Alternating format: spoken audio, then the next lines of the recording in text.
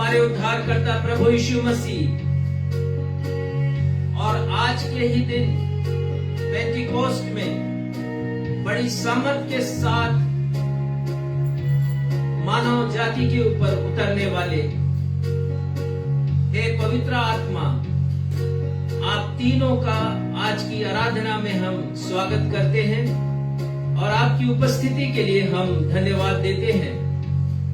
राजा दाऊद लिखते हैं, मुझे अपने सामने से निकाल न दे और अपने पवित्र आत्मा को मुझसे अलग ना कर। अपने किए हुए उद्धार का हर्ष मुझे फिर से दे और उदार आत्मा देकर मुझे संभाल। तब मैं तेरे धर्म का जय जयकार करने पाऊंगा। हे प्रभु, मेरा मुंह खोल दे, तब मैं तेरा गुणानुवाद कर सकूंगा। आइए हम सब अपने अपने आवाज उठाएं और परमेश्वर का गुणानुवाद करें पवित्र आत्मा के लिए, जिसे उन्होंने आज ही के दिन हम सभी को दिया, जिन्होंने आके हमारे जीवन को परिवर्तित कर दिया। हम उनका स्वागत करें, हम उनको अपने जीवन में आमंत्रित करें।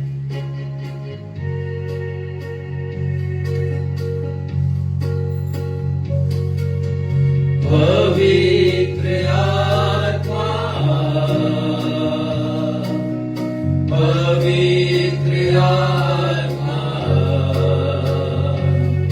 मुझे ले जाओ यीशु के चरणों में। पवित्र आत्मा, ले जाओ यीशु के चरणों में। पवित्र आत्मा,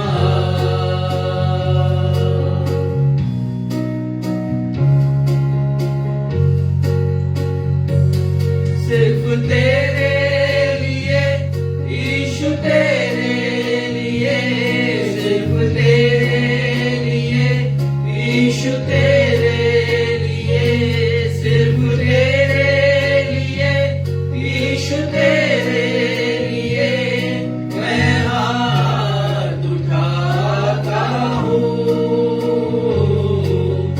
घुटने टिकाकर, सर झुकाकर, हाथ उठाता मैं तेरे लिए। घुटने टिकाकर, सर झुकाकर, हाथ उठाता मैं तेरे लिए।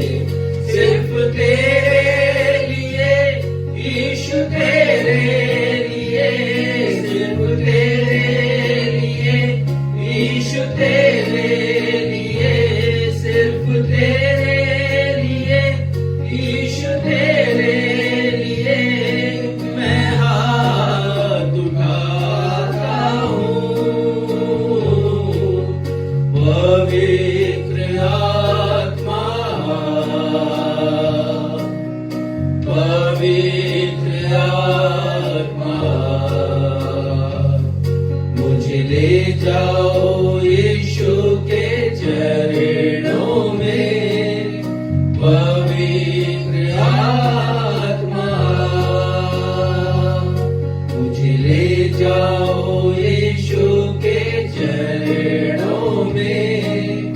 पवित्र आत्मा,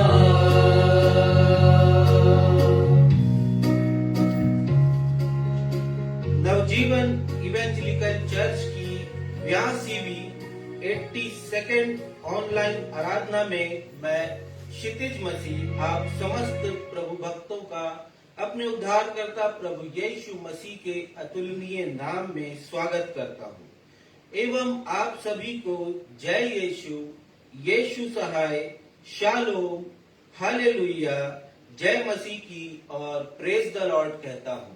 प्रेज द लॉर्ड।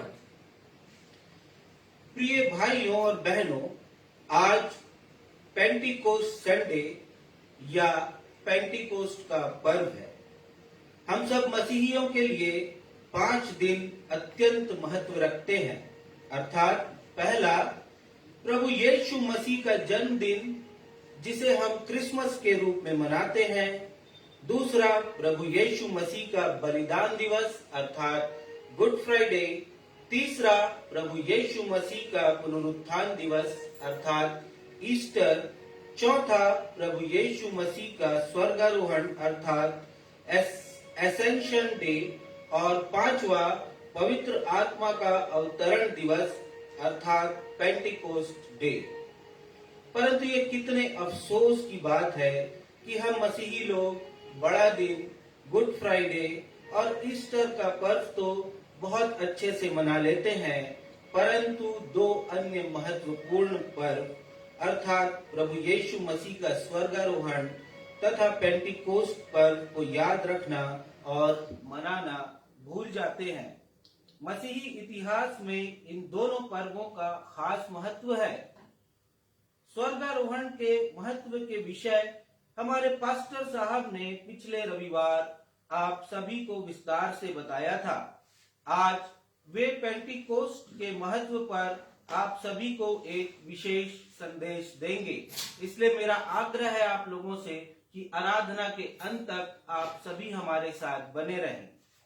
पेंटिकोस्ट का पर्व मसीही कलीसिया के इतिहास में बहुत मायने रखता है, क्योंकि आज से लगभग 2000 वर्ष पूर्व आज ही के दिन बड़ी सामर्थ के साथ पवित्र आत्मा का अवतरण पृथ्वी पर हुआ और उसी दिन कलीसिया की स्थापना हुई थी। इस प्रकार पेंटिकोस्ट का दिन कलीसिया के जन्म का दिन है। पेंटिकोस्ट के दिन पवित्र आत्मा एक आग के रूप में इस संसार में आई। आइए उस दिन को स्मरण करते हुए हम एक गीत गाएं जिसके शब्द हैं, फिर से वो आग बरसा दे, फिर से तूफान आने दे। यह गीत हम सभी को आता है और संसार की जो स्थिति है, जो पाप के बंधन है, हमें आवश्यकता है पवित्र आत्मा की उस आग की कि वो हमें पाप रचित इस संसार से दूर प्रभु यीशु की शरण में ले जाए।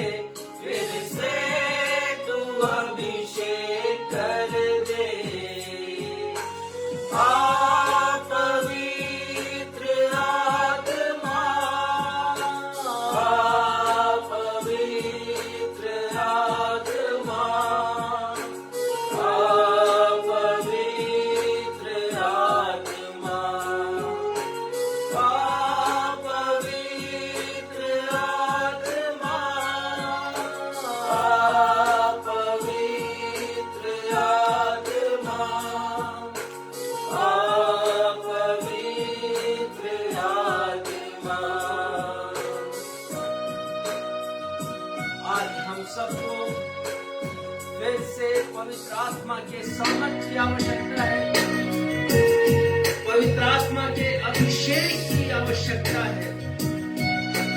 इस पापमय संसार में यदि कोई हमें निर्दोष और सुरक्षित और पवित्र रख सकता है तो वो केवल पवित्र आत्मा की सामर्थ्य है। बहुत अच्छे शब्दों के साथ गीतकार ने इस गीत को लिखा है और हमें उस दिन की याद दिलाता है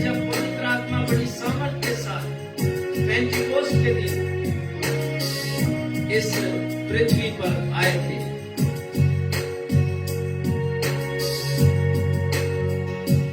बहने दे उस हवा को, छू ले हर एक दिल को, तेरा दर्शन हमें मिले।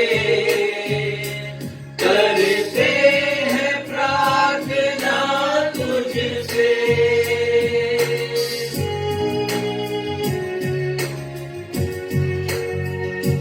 बहने दे उस हवा को, छू ले हर एक दिल को, तेरा दर्शन हमें मिले। करते हैं प्रार्थना तुझसे, तेरी महिमा से, तेरे सामर्थ्य से, फिर से तू अभिषेक कर दे। आ पवित्र आत्मा, आ पवित्र आत्मा, आ पवित्र आत्मा।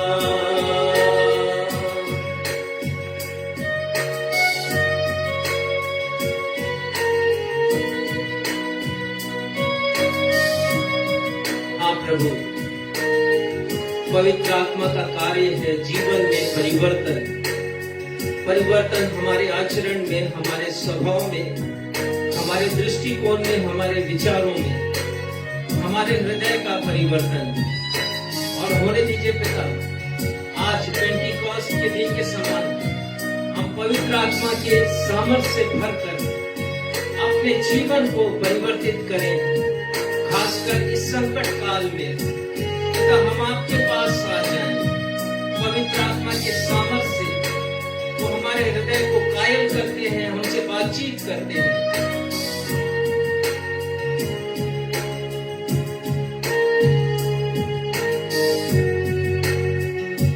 तू बदल दे मेरे मन को, दे आशीष इस जीवन को, तेरी करुणा हम पे बरसे।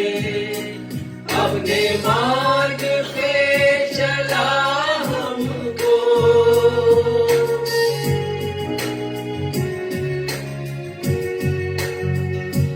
तू बदल दे मेरे मन को, दे आशीष इस जीवन को, तेरी करुणा हम पे बरसे।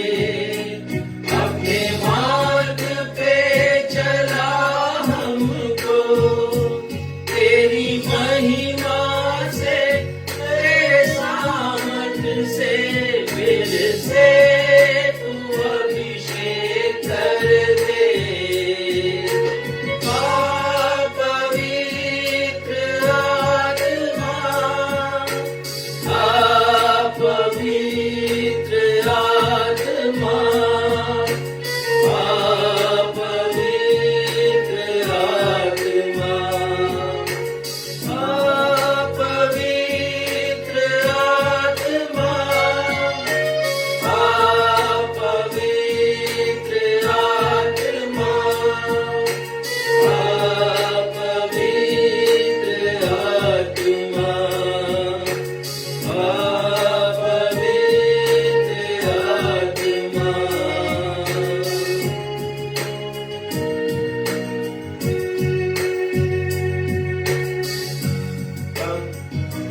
इसी स्थिति में अपने अपने स्थानों पर खड़े रहते हुए उत्तरवादी पाठ के लिए निकाल लेंगे भजन संहिता अध्याय 51 पद 1 से 13। भजन संहिता 51 पद 1 से 13, और इसे पढ़ने में अगुवाई भाई सक्षम मसीह करेंगे।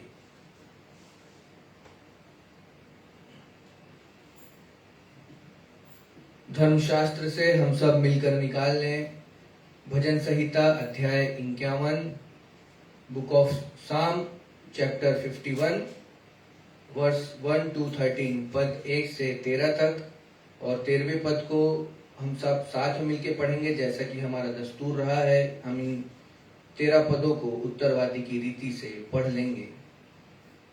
हे परमेश्वर, अपनी करुणा के अनुसार मुझ पर अनुग्रह कर, अपनी बड़ी दया के अनुसार मेरे अपराधों को मिटा दे।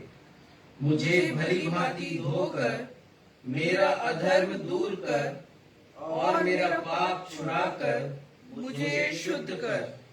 मैं तो अपने अपराधों को जानता हूँ और मेरा पाप निरंतर मेरी दृष्टि में रहता है। मैंने केवल तेरे ही विरुद्ध पाप किया और जो तेरी दृष्टि में बुरा है वही किया है, ताकि तू बोलने में धर्मी और न्याय करने में निष्कलंक ठहरे। देख, मैं अधर्म के साथ उत्पन्न हुआ और पाप के साथ अपनी माता के गर्भ में पड़ा। देख, तू हृदय की सच्चाई से प्रसन्न होता है और मेरे मन ही में ज्ञान सिखाएगा। जुफा से मुझे शुद्ध कर, तो मैं पवित्र हो जाऊंगा।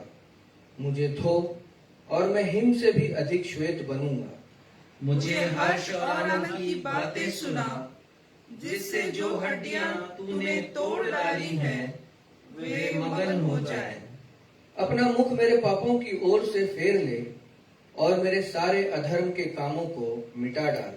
हे परमेश्वर, मेरे अंदर शुद्ध मन उत्पन्न कर और मेरे भीतर स्थिर आत्मा नए सिरे से उत्पन्न कर।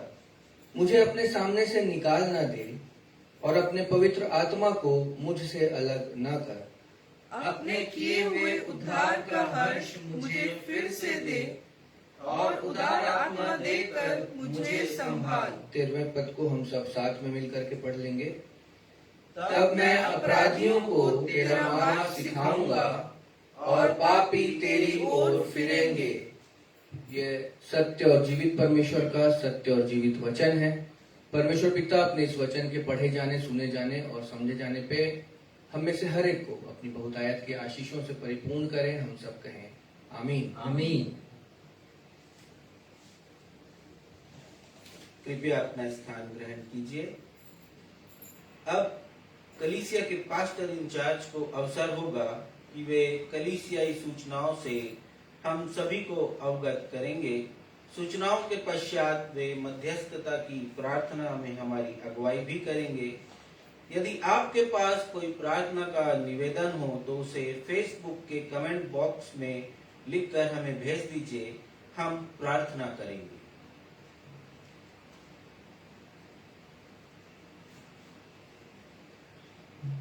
नवजीवन इवेंजलिकल चर्च की 82वीं ऑनलाइन आराधना में आप सभी दर्शकों का मैं स्वागत करता हूं और इस कलीसिया का पास्टर होने के नाते आप सभी को जय मसीह की कहता हूं।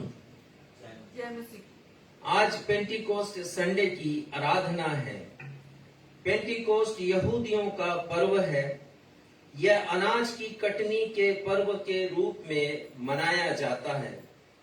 पेंटिकोस्ट का अर्थ है 50वां। प्रभु यीशु मसीह के पुनरुत्थान के 50वें दिन मसीहियों द्वारा पेंटिकोस्ट का रविवार मनाया जाता है। इस वर्ष 4 अप्रैल को प्रभु यीशु मसीह का पुनरुत्थान दिवस था और वहां से यदि आप गणना करें तो आज 50वां दिन होता है। इसके पहले हमने स्वर्गारोहण प्रभु यीशु मसीह का मनाया, जो उनके पुनरुत्थान के 40वें दिन हुआ था। प्रभु यीशु मसीह का स्वर्गारोहण, और प्रभु यीशु मसीह ने कहा कि जब तक पवित्र आत्मा नहीं आता तब तक यरूशलेम में ठहरे रहना। प्रभु यीशु मसीह के शिष्य यरूशलेम में ठहरे रहे, प्रतीक्षा करते रहे, प्रार्थना करते रहे। 120 लोगों का समूह था और आज के ही दिन लगभग 2000 वर्ष पूर्व बड़ी सामर्थ के साथ पवित्र आत्मा का आगमन हुआ। आज आप पेंटिकोस्ट पर एक विशेष संदेश को सुन सकेंगे। श्रृंखलाबद्ध प्रार्थना अभियान चैन प्रेयर सतत रूप से जारी है और फिर आने वाले सप्ताह को, अर्थात ये 24 तारीख से लेकर के 31 तारीख तक, ये 29 तारीख तक, ये नहीं क्षमा करेंगे 30 तारीख यदि शनिवार होता है तो सोमवार से लेकर शनिवार तक ये फिर से सतत रूप से जारी रहेगा। मैं तारीख लिखना भूल गया हूं। आप ध्यान रखेंगे कि जो हमारे प्रार्थना योद्धा हैं वे लगातार प्रार्थना करते रहेंगे सोमवार से लेकर शनिवार तक आने वाले सप्ताह में भी। यदि आप इस प्रार्थना अभियान का हिस्सा बनना चाहते हैं तो कृपया मुझसे संपर्क करें। हम प्रतिदिन 21 घंटे प्रार्थना कर रहे हैं, प्रातः 4 बजे से मध्य रात्रि 1 बजे तक। केवल 20 मिनट की प्रार्थना आपको करनी है। विषय हम आपको दे देंगे और आप 20 मिनट देख सकते हैं अपने टाइम टेबल के अनुसार कि कौन सा समय आपको उपयुक्त रहेगा और उस समय आप प्रार्थना कर सकते हैं और मुझे सूचित कर दें ताकि आपका नाम हम अपने सूची में लिख सकें। आज पेंटिकोस्ट संडे है, जैसा मैंने आपको बताया। आने वाले रविवार से आप परमेश्वर के राज्य पर प्रचार सुन सकेंगे। इसका एक अध्ययन हम पहले कर चुके हैं, शेष अध्ययनों को हम जारी रखेंगे आने वाले रविवार से, तो आप मिस नहीं कीजिएगा। हम प्रार्थना तो बहुतों के लिए करते हैं, लेकिन फीडबैक अर्थात पुष्टि केवल कुछ ही लोग कर पाते हैं। हम आपसे अनुरोध करते हैं कि आप प्रार्थना अनुरोध तो हमें भेजते हैं, परंतु आप फीडबैक हमें नहीं देते कि आपका स्वास्थ्य अभी कैसा है। यदि ठीक नहीं है तो हम फिर से आपको अपनी प्रार्थना सूची में रखें, और यदि आपको चंगाई मिली है तो हम परमेश्वर को धन्यवाद दे सकें। मैं समझता हूं कि ये एक अच्छा शिष्टाचार है। यदि हम प्रार्थना अनुरोध भेज रहे हैं तो संपर्क भी हम बना करके रखें। प्रार्थना अनुरोध आज के लिए इस प्रकार से हैं। प्रार्थना करेंगे श्रीमती मंजू वॉल्टर्स के लिए, अस्पताल में ये भर्ती हैं। प्रार्थना करेंगे श्रीमती डॉर्की तिर्की के लिए, रीवा में है, वेंटिलेटर में है, इनकी स्थिति नाजुक है। आप अपनी दुआओं में भी इन्हें स्मरण रखें। प्रार्थना करेंगे मिस्टर मिंज के लिए, ऑक्सीजन लेवल इनका कम है, अस्पताल में ये भर्ती हैं। प्रार्थना करते हैं पास्टर मदन के छोटे भाई राहुल के लिए, कोविड-19 से ये ग्रसित हैं। प्रार्थना करते हैं भाई होरीलाल पटेल के लिए, कोरोना पॉजिटिव है। भाई बिंदुराम मनहर के लिए कोविड-19 से ग्रसित हैं। बहन चंद्रिका बाई धीवर के लिए, ये भी कोविड-19 से ग्रसित हैं, अस्पताल में भर्ती हैं। प्रार्थना करते हैं 4 वर्ष के बालक गिरधर के लिए, सर्दी खांसी से ये पीड़ित हैं। श्रीमती सुनीता मेरी, सूखी खांसी है और कमजोरी है। बेटी अंजलि के लिए प्रार्थना करते हैं, उनको सिर में दर्द है और चक्कर आ रहे हैं। भाई प्रेमलाल सामाजिक और मानसिक सताव से परेशान हैं। प्रार्थना करें कि ये सताव उनके ऊपर जो आया है वो समाप्त हो सके। प्रभु के दास और विश्ववाणी के प्रचारक भाई रमेश गुम्बारिया राजस्थान में सेवा करते हैं। उदयपुर के पास धारदार हथियारों से उन पर हमला किया गया, उन्हें जख्मी किया गया है और उदयपुर के अस्पताल में अभी ये चिकित्सा करवा रहे हैं। हम इनकी चंगाई के लिए प्रार्थना करते हैं। भाई राजेंद्र नेताम के पेट में सूजन है, दर्द है, जलन है और ये थायराइड भी है। इनको प्रार्थना करते हैं कि परमेश्वर इन्हें चंगाई दे। भाई हरीश नेताम के लिए प्रार्थना करते हैं, उनके पैर में घाव है और वो ठीक नहीं हो रहा है। परमेश्वर पिता इन्हें चंगाई प्रदान करें। धन्यवाद के विषय इस प्रकार हैं। भाई सुमन पटेल को सर्दी खांसी बुखार था, 10 दिनों से ये पीड़ित थे। प्रार्थना की गई, इन्हें चंगाई मिली है। भाई रितेश नाथ अपोलो अस्पताल में भर्ती थे। प्रार्थनाएं इनके लिए की गई, इन्हें चंगाई मिली और अस्पताल से ये घर वापस आ गए। पर फिर भी पूर्ण तरीके से इनका स्वास्थ्य ठीक नहीं है। हम इनके लिए सतत प्रार्थना करते रहेंगे। श्रीमती संगीता के लिए हमने प्रार्थनाएं की। लखनऊ में ये अभी फिलहाल रहती हैं। अपनी चिकित्सा ये नोएडा में करवा रही हैं। कोरोना पॉजिटिव थी, चंगाई मिली, लेकिन स्वास्थ्य संबंधी एक और परेशानी है। हम परमेश्वर पिता से प्रार्थना करते हैं कि हमारी इस बहन को वो चंगाई प्रदान करे। बहन एंजेलिना राज को नौकरी में प्रमोशन मिला है। हम परमेश्वर पिता को उनकी इस उपलब्धि के लिए धन्यवाद देते हैं। बहन प्रीति दास हमारे श्रृंखलाबद्ध प्रार्थना अभियान से जुड़ी हैं। ज्योतिपुर पेंड्रा रोड में रहती हैं। उन्होंने लिखा कि उन्हें आशीषें प्राप्त हो रही हैं श्रृंखलाबद्ध प्रार्थना अभियान से जुड़े रहने के कारण और प्रार्थना करने के कारण। उन्होंने लिखा कि मध्यस्थता की प्रार्थना के द्वारा जब हम दूसरे लोगों के लिए निवेदन करते हैं तो प्रभु हमें आशीषें देते हैं, और ये बिल्कुल सत्य है। जब हम अपने लिए प्रार्थना ना कर दूसरों के हित के लिए प्रार्थना करते हैं तो परमेश्वर आपसे आप हमारी सुधि ले लेते हैं। बहुत बार हमारी प्रार्थनाएं केवल हमारे लिए होती हैं, हमारे परिवार के लिए होती है, हमारी चंगाई के लिए होती है, और इसलिए बहुत बार परमेश्वर पिता हमारी प्रार्थनाओं पर ध्यान नहीं देते, क्योंकि हमारे आसपास ही बहुत से लोग परेशान हैं, संकट में हैं, तकलीफ में हैं, बीमार हैं, समस्याओं से घिरे हुए हैं। यदि हम उनके लिए प्रार्थना करेंगे, जिसे मध्यस्थता की प्रार्थना या परहित निवेदन कहते हैं, तो प्रभु आपसे आप हमारी चिंता करेंगे। यदि हम दूसरों की चिंता करेंगे, बाइबल की ये शिक्षा है। एक और बहन श्रीमती शर्मिला बारिक भोपाल में रहती हैं। उन्होंने भी पत्र भेजा है और उन्होंने लिखा है कि श्रृंखलाबद्ध प्रार्थना अभियान से जुड़े होने से उन्हें आत्मिक आनंद और संतोष मिल रहा है, उन्हें शांति भी मिल रही है, और साथ ही साथ प्रार्थना का प्रतिफल भी उन्हें देखने मिल रहा है, और वचन के प्रचार से उन्हें आत्मिक ऊर्जा प्राप्त हो रही है। और इन सारी बातों के लिए वो परमेश्वर को धन्यवाद देती हैं। तो आइए हम भी परमेश्वर पिता को इन सारी बातों के लिए धन्यवाद दें, और जितने जरूरतमंद हैं उनके निवेदनों को परमेश्वर के सिंहासन के समक्ष हम रखें। हे हमारे पिता, हम आपके समीप आते हैं अपने उद्धारकर्ता प्रभु यीशु मसीह के अतुलनीय नाम में, इन सारे प्रार्थना निवेदनों को लेकर, जिसे अभी हमने पढ़ा है, इन सभी के लिए हमने प्रार्थनाएं की हैं। प्रभु, हम आपसे निवेदन करते हैं कि आप इनके पुकार को सुनिए, इनकी दुहाई को सुनिए। बहुत से लोग पीड़ा में हैं, कष्ट में हैं, और बहुत से लोग प्राणलेवा बीमारी, कोरोना पॉजिटिव या कोविड-19 से ग्रसित हैं।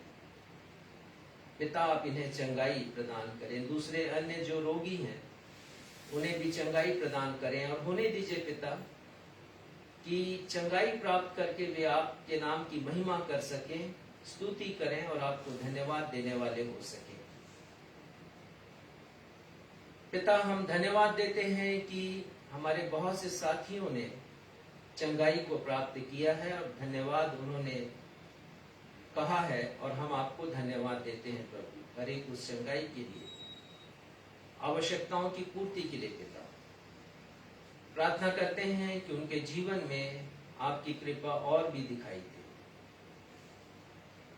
पवित्र आत्मा के फल दिखाई दें प्रभु, पवित्र आत्मा की भरपूरी दिखाई दे, ताकि उनका जीवन केवल उनके लिए नहीं परंतु दूसरों के लिए जीने वाला बन सके।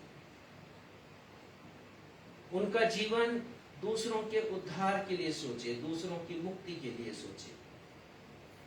पिता, इन सारे निवेदनों को हम आपके सिंहासन के समीप रखते हुए अपनी इस प्रार्थना को आपके बेटे हमारे मुक्तिदाता प्रभु यीशु मसीह के अद्वितीय नाम से मांगते हैं। सुनिए और ग्रहण कीजिए। हम सब कहें आमीन। आमीन।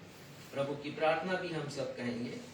हे हमारे पिता, आप जो स्वर्ग में हैं, आपका नाम पवित्र माना जाए, आपका राज्य आए, आपकी इच्छा जैसे स्वर्ग में पूरी होती है वैसे इस पृथ्वी पर भी पूरी हो। हमारे दिन भर की रोटी आज हमें दीजिए, और जैसे हमने अपने अपराधियों को क्षमा किया वैसे हमारे अपराधों को क्षमा कीजिए, और हमें परीक्षा में नहीं डालिए बल्कि बुराई से बचाइए, क्योंकि राज्य, पराक्रम और महिमा सदा आपके हैं। आमीन।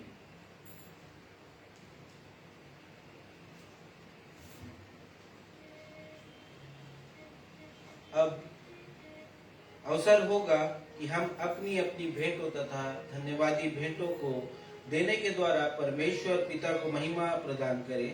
इस समय हम सब मिलकर एक गीत गा लेंगे, परम पिता की हम स्तुति गाएं, वही है जो बचाता हमें।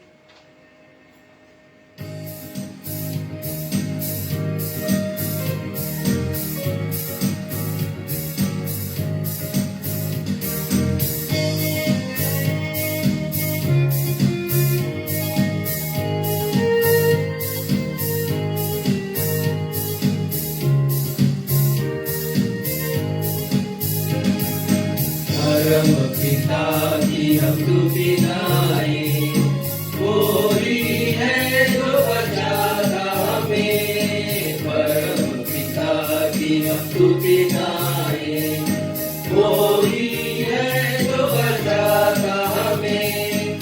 सारे पापों को करता क्षमा, सारे रोगों को करता चंगा। परम की हम स्तुति गाएं, कोई है जो बचाता हमें।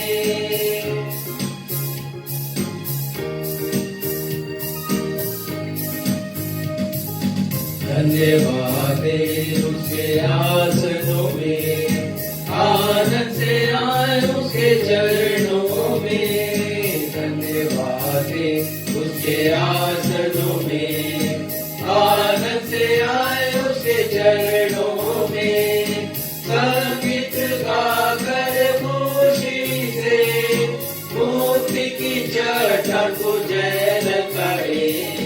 परम पिता की हम स्तुति गाएं, कोई है जो बचाता हमें। आइए इन भेंटों को प्रभु परमेश्वर के चरणों में अर्पित करेंगे। हम सभी प्रार्थना में जाएंगे।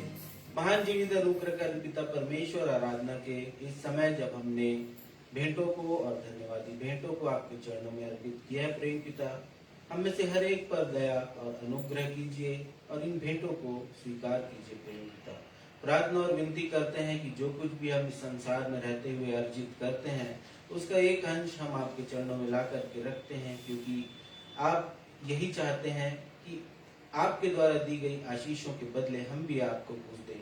यह नहीं प्रेम पिता कि आप धन रुपया चाहते हैं, परंतु हम प्रार्थना और विनती करते हैं कि जिस प्रकार हम कुछ न कुछ देते हैं, हम अपने हृदय का बलिदान भी आपको देने वाले हो सके।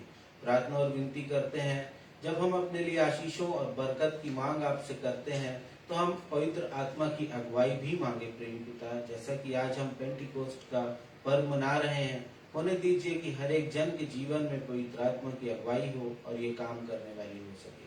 जिन लोगों ने अपने धन्यवादी हृदय को प्रकट किया है, उनके जीवनों में आपके द्वारा दी गई आशीषों के लिए हम धन्यवाद देते हैं। उन्हें दीजिए कि आगे भी आपकी आशीष उनके साथ बनी रहने पाए। प्रार्थना और विनती करते इन भेंटों के लिए जो एकत्रित की गई हैं, प्रेम पिता, उन्हें आप छुइए और आशीषित कीजिए।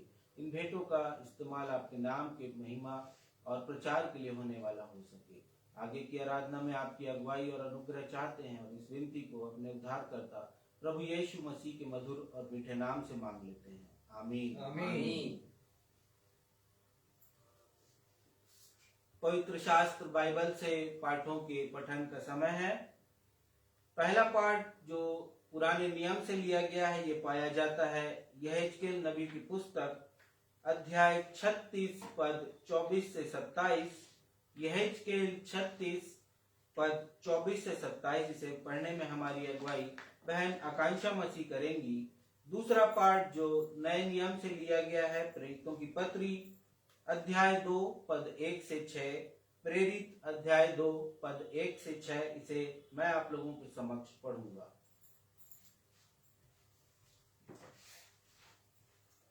आप सबों को जय मसीह की। मैं आप लोगों के सामने पढ़ लूंगी यहेजकेल अध्याय 36 पद 24 से लेकर 27 तक। मैं तुमको जातियों में से ले लूंगा और देशों में से इकट्ठा करूंगा और तुमको तुम्हारे नीच देश में पहुंचा दूंगा। मैं तुम पर शुद्ध जल छिड़कूंगा और तुम शुद्ध हो जाओगे और मैं तुमको तुम्हारी सारी अशुद्धता और मूर्तों से शुद्ध करूंगा। मैं तुमको नया मन दूंगा और तुम्हारे भीतर नई आत्मा उत्पन्न करूंगा और तुम्हारी देह में से पत्थर का हृदय निकाल कर तुमको मांस का हृदय दूंगा। मैं अपना आत्मा तुम्हारे भीतर देकर ऐसा करूंगा कि तुम मेरी विधियों पर चलोगे और मेरे नियमों को मानकर उनके अनुसार करोगे। परमेश्वर अपने पढ़े हुए वचन पर आशीष दे। हम सब कहें आमीन। आमीन। दूसरे पाठ के लिए हम निकाल लेंगे नए नियम से प्रेरितों की पत्री अध्याय 2 पद 1 से 8 तक। प्रेरितों के काम अध्याय 2 पद 1 से 8 और वचन यहाँ पर यूं कहता है, जब पेंतेकोस्त का दिन आया तो वे सब एक जगह इकट्ठे थे। एकाएक आकाश से बड़ी आंधी की सी सनसनाहट का शब्द हुआ और उससे सारा घर जहां वे बैठे थे गूंज गया और उन्हें आग की सी जीभें फटती हुई दिखाई दी और उनमें से हर एक पर आ ठहरी। वे सब पवित्र आत्मा से भर गए और जिस प्रकार आत्मा ने उन्हें बोलने की सामर्थ्य दी वे अन्य अन्य भाषा बोलने लगे। आकाश के नीचे की हर एक जाति में से भक्त यहूदी यरूशलेम में रह रहे थे। जब यह शब्द हुआ तो भीड़ लग गई और लोग घबरा गए, क्योंकि हर एक को यही सुनाई देता था कि ये मेरी ही भाषा में बोल रहे हैं।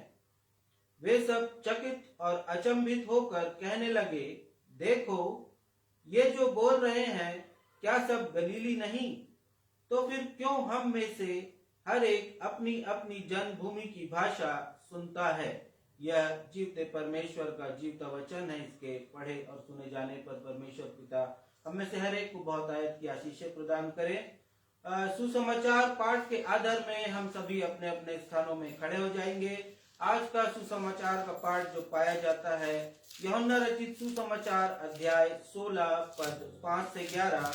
यूहन्ना अध्याय 16 पद 5 से 11 और इसे पढ़ने में हमारी अगुवाई हमारी कलीसिया के पासबान रेवरेंड राजेश मसीह करेंगे।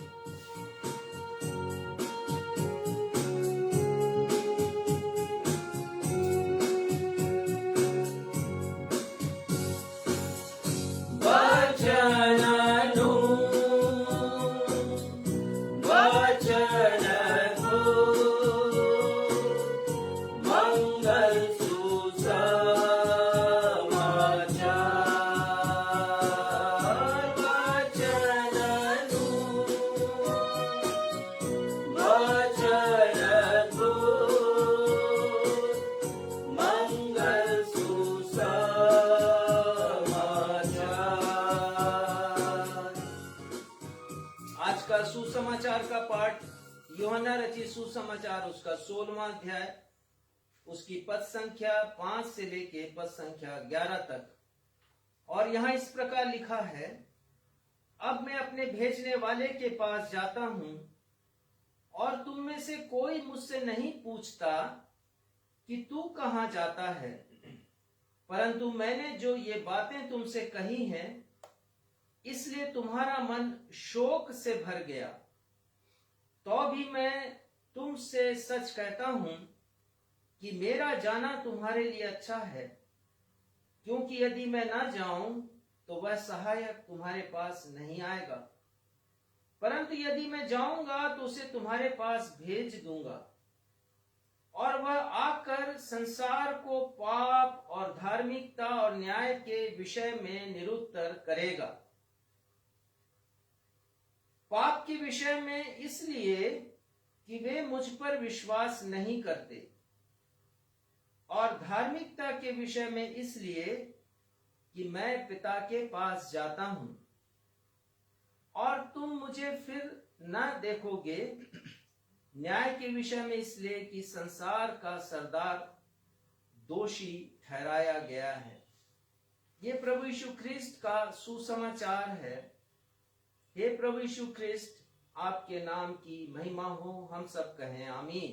आमीन।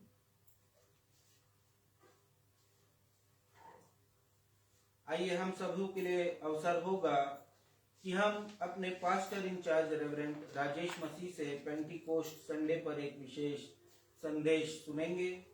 संदेश का विषय है पेंटिकोस्ट वह अविस्मरणीय दिन है जब प्रभु यीशु मसीह ने अपनी 2 प्रतिज्ञाओं को पूरा किया। Pentecost is that unforgettable day when the Lord Jesus Christ has fulfilled his 2 promises।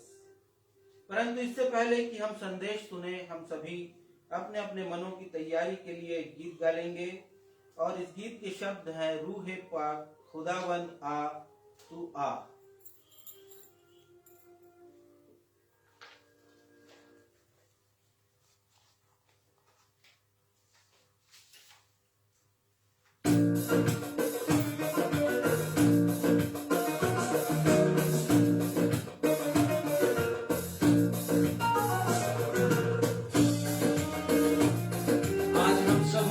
प्रार्थना होनी चाहिए कि परमेश्वर पिता अपनी रूह को सामर्थ के साथ इस विश्व में भेजे।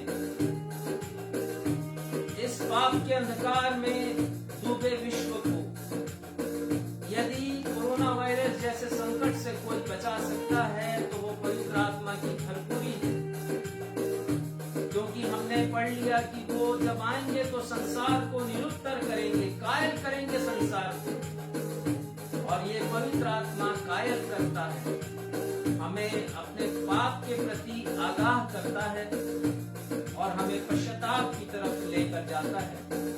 आइए हम सब मिलकर परमेश्वर पिता से निवेदन करें, रूह ए पाक खुदावंद आ तू आ, जान जिस्म और रूह में तू बस जा।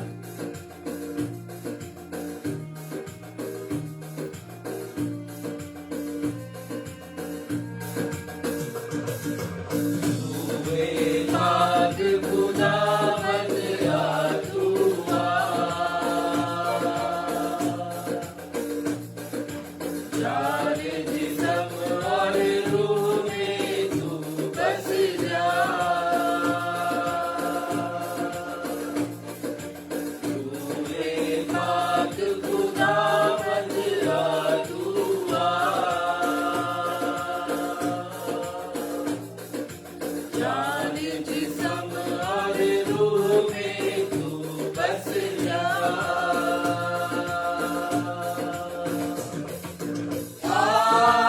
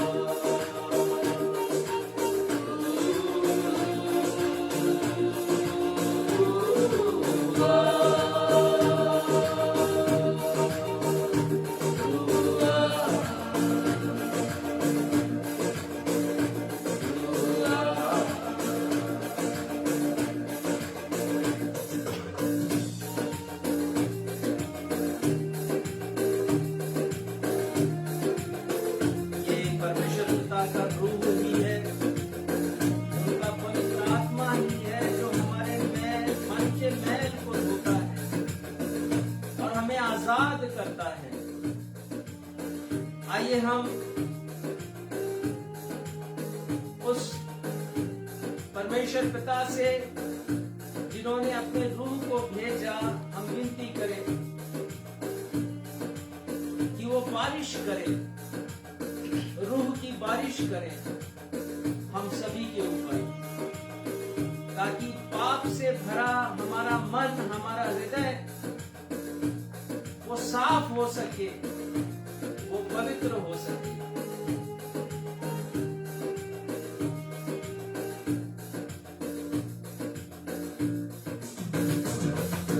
बारिश होगी रूह रे पाक के बादल से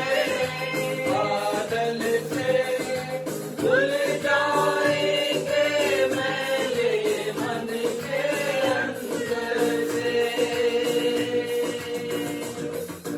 बारिश होगी रूह रे पाक के बादल से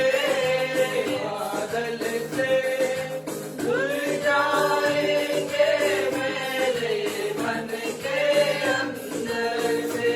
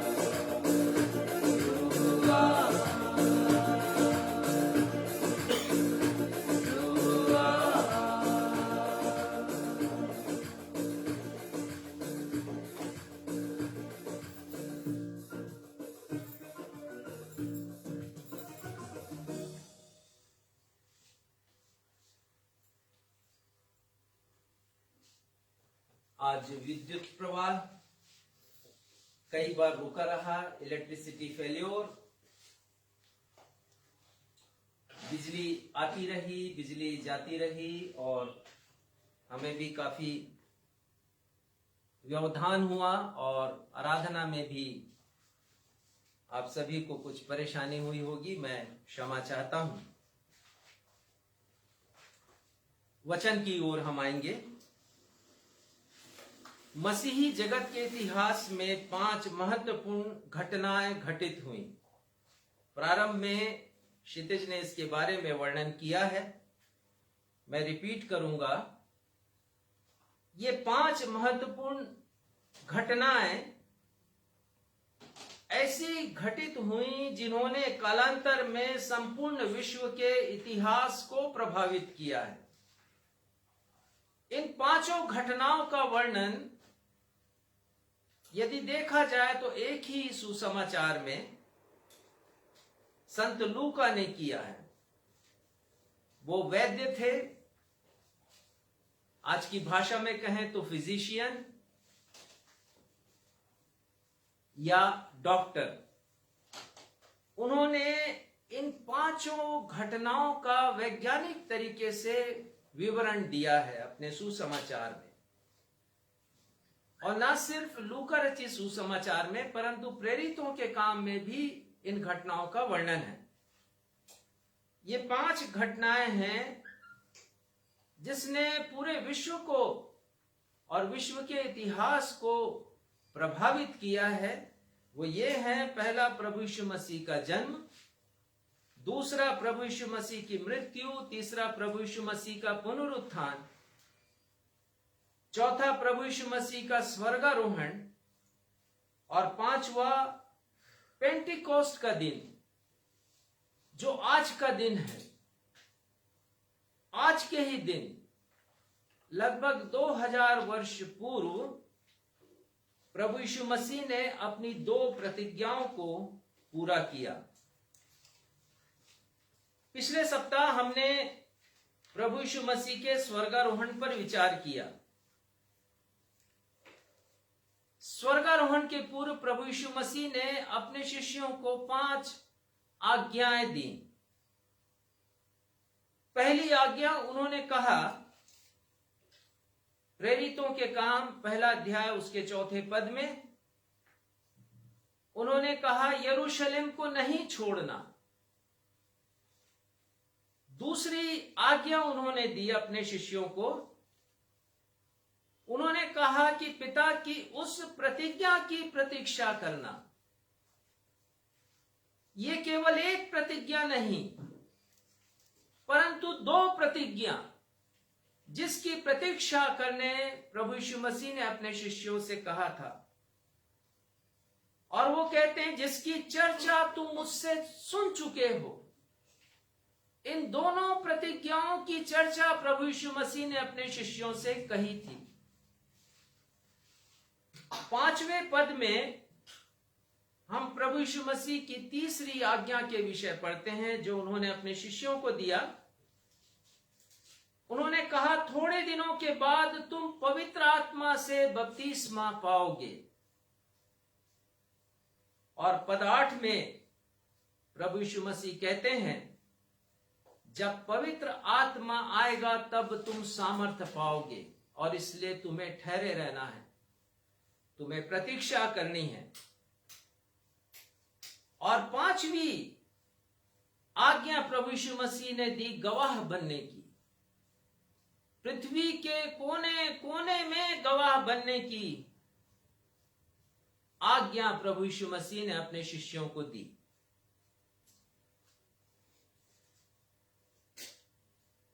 आज हमारी कलीसिया पेंटिकोस्ट का पर्व मना रही है।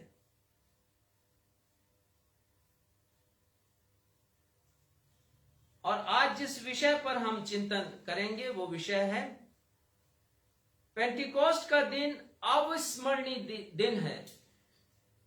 पेंटिकोस्ट का दिन अविस्मरणीय दिन है, क्योंकि इस दिन प्रभु यीशु मसीह ने 2 प्रतिज्ञाओं को पूरा किया है। हमें इस दिन को नहीं भूलना चाहिए, हमें इस दिन को विस्मृत नहीं करना चाहिए, क्योंकि प्रभु यीशु मसीह ने 2 महत्वपूर्ण प्रतिज्ञाओं को आज के ही दिन पूरा किया। The day of Pentecost is unforgettable because the Lord Jesus Christ has fulfilled his 2 promises.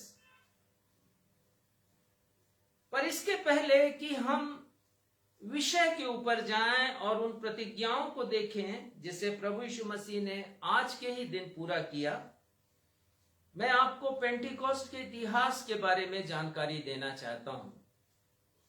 हम क्रिसमस को तो बहुत अच्छी तरह जानते हैं, गुड फ्राइडे को बहुत अच्छी तरह जानते हैं, ईस्टर को बहुत अच्छी तरह जानते हैं, लेकिन पेंटिकोस्ट के बारे में बहुत सी कलीसियाओं में प्रचार नहीं किया जाता, चाहे वो हमारे देश की कलीसियाएं हों या विदेश की कलीसियाएं हों।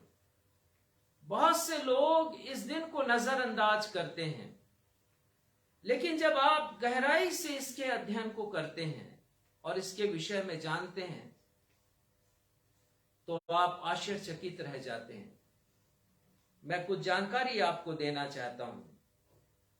यहूदियों के लिए 3 पर्व सबसे अधिक महत्वपूर्ण थे,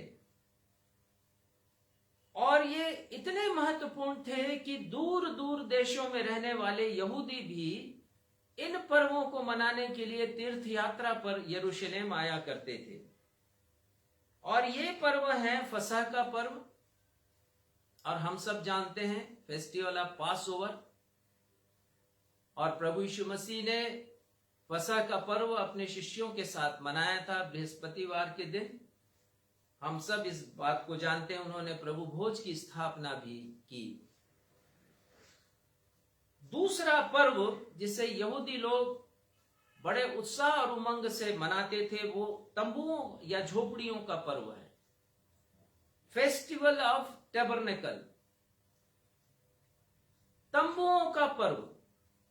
और यहूदी इस बात को स्मरण करते थे कि कैसे 40 वर्ष की यात्रा में उन्होंने तंबुओं में रहना सीखा, तंबुओं में अपने जीवन को व्यतीत किया, इसका मतलब उनके जो पूर्वज लोग हैं, और उन दिनों को स्मरण करते हैं।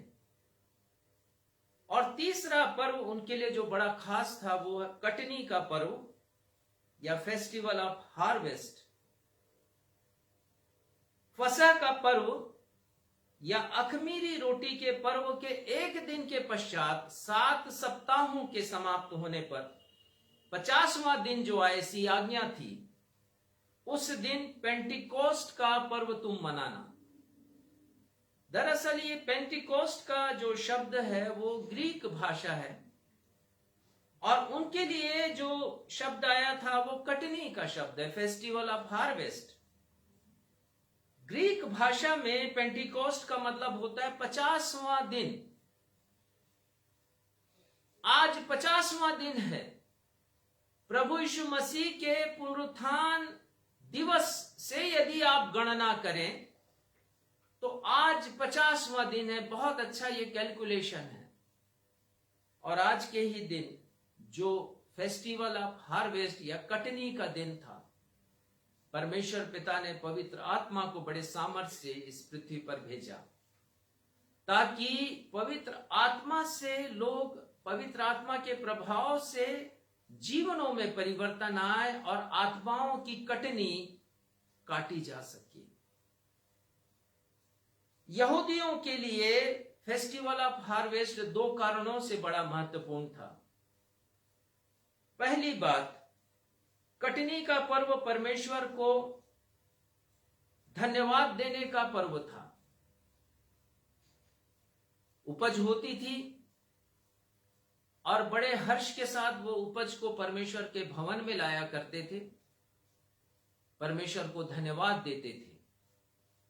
दूसरी बात, उनका ये विश्वास था कि आज ही के दिन परमेश्वर ने इस्राएलियों को सीने पर्वत पर मूसा के माध्यम से व्यवस्था की 5 किताबें, जिसे तौरेत कहते हैं, वो दिया था। उनका ये मानना था यहूदियों का, इसलिए भी ये पर्व बड़ा उनके लिए महत्वपूर्ण था। अब हमारे लिए भी ये पर्व बड़ा महत्वपूर्ण है 2 कारणों से। पहली बात तो ये कि धन्यवाद देने का पर्व है, क्योंकि प्रभु यीशु मसीह ने अपनी 2 प्रतिज्ञाओं को पूरा किया। और कितनी अच्छी बात यह हो सकती है कि वे कलीसियाएं जो पेंटिकोस्ट के पर्व को नहीं मनाती, धन्यवाद दें परमेश्वर पिता को, इस दिन एक नया प्रारंभ करें वो। और आज यदि उन कलीसियाओं के पास्टर या उन कलीसियाओं के लोग मेरे द्वारा परमेश्वर के वचन को सुन रहे हैं, तो ये वर्ष तो बीत गया, आने वाले वर्ष आप जरूर पेंटिकोस्ट का पर्व अपनी कलीसिया में मनाएं, उस दिन को स्मरण करें और परमेश्वर को धन्यवाद दें। धन्यवाद दें पवित्र आत्मा के लिए, जो पहली प्रतिज्ञा प्रभु यीशु मसीह ने पूरी की, और दूसरी प्रतिज्ञा जो यीशु मसीह ने पूरी की वो कलीसिया की प्रतिज्ञा थी। उन्होंने कहा, इस पत्थर पर मैं अपनी कलीसिया बनाऊंगा। और आज के ही दिन कलीसिया बनी है। आज के ही दिन पवित्र आत्मा का बड़ी सामर्थ्य से आगमन हुआ है पृथ्वी के ऊपर, और आज कलीसिया का जन्मदिन है। तो क्यों ना ये धन्यवाद का भी दिन हमारे लिए हो जाए कि हम परमेश्वर पिता को धन्यवाद दें, पवित्र आत्मा के लिए जिन्होंने हमारे जीवन को परिवर्तित किया, और कलीसिया के लिए धन्यवाद दें जो हमारी आत्मिक ऊर्जा का केंद्र है, जहां से हमें आत्मिक ताकत मिलती है, इस संसार में जीने के लिए प्रेरणा मिलती है, परमेश्वर के वचन का प्रचार सुनने मिलता है, और हम फेलोशिप में, संगति में, सहभागिता में आगे बढ़ते हैं। परमेश्वर पिता ने इसी दिन को चुना प्रभु यीशु मसीह की 2 प्रतिज्ञाओं को पूरा करने के लिए। और पहली प्रतिज्ञा जिसे पूरा किया प्रभु यीशु मसीह ने, वो था पवित्र आत्मा के आगमन का। पढ़िएगा प्रेरितों के काम 1 अध्याय 5वां पद। प्रभु यीशु मसीह ने अपनी पहली प्रतिज्ञा पूरी की आज के दिन। प्रभु यीशु मसीह की प्रतिज्ञाएं वचन कहता हाँ और आमीन के साथ है। उन्हें पूरा होना ही है। जो कुछ प्रभु यीशु मसीह ने कहा प्रतिज्ञा के रूप में, उसे पूरा करने में वो सक्षम है और विश्वास योग्य है। पढ़िए। क्योंकि यूहन्ना ने तो पानी में बपतिस्मा दिया है, परंतु थोड़े दिनों के बाद तुम पवित्र आत्मा से बपतिस्मा तुम पवित्र आत्मा से बपतिस्मा पाओगे। प्रभु यीशु मसीह ने कहा स्वर्गारोहण के पहले अपने शिष्यों से। और 8वां पद यहाँ लिखा है, परंतु जब पवित्र आत्मा तुम पर आएगा, मतलब आएगा ही पवित्र आत्मा। प्रभु यीशु मसीह ने कहा। प्रभु यीशु की प्रतिज्ञा पेंटिकोस्ट के दिन पूरी हुई। प्रेरितों के काम 2 अध्याय और उसके 4 पद में लिखा है, और वे सब पवित्र आत्मा से भर गए और जिस प्रकार आत्मा ने उन्हें बोलने की सामर्थ्य दी, वे अन्य अन्य भाषा बोलने लगे।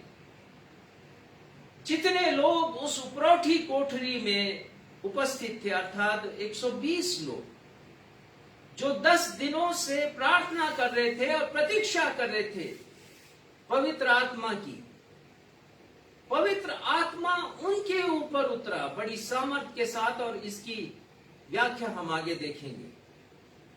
वे सब पवित्र आत्मा से भर गए।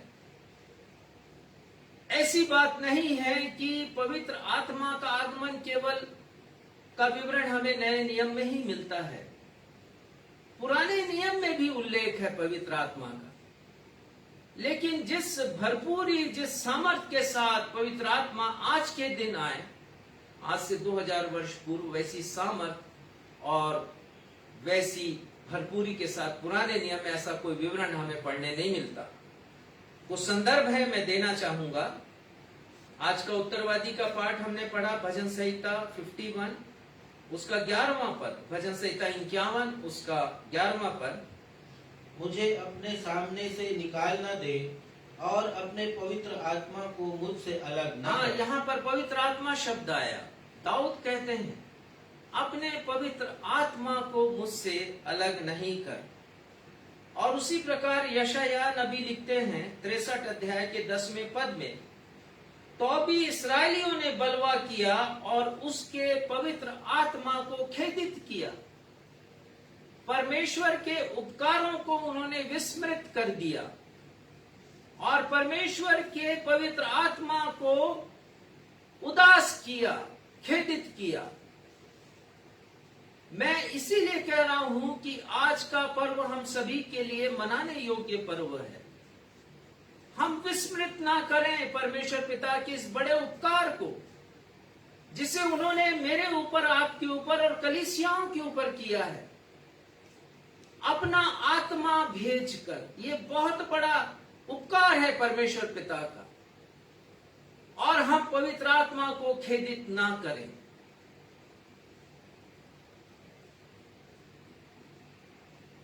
और 11वें पद में यशायाह नबी लिखते हैं,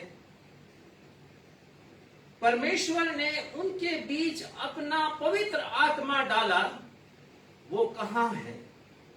और आज भी ये प्रश्न शाश्वत है, ये प्रश्न सच्चा है, ये प्रश्न जीवित है। परमेश्वर ने जो पवित्र आत्मा भेजा है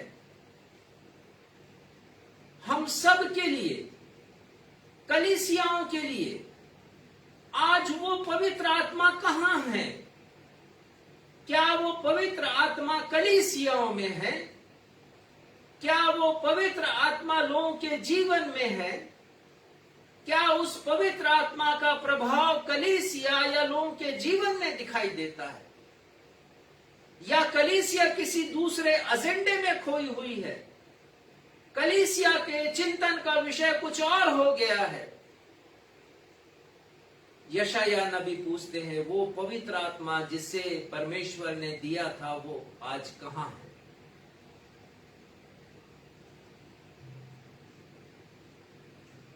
पवित्र आत्मा का आगमन कैसे हुआ? प्रेरितों के काम 2 अध्याय में हम उसके 2 और 3 पद में पढ़ते हैं इसका विवरण।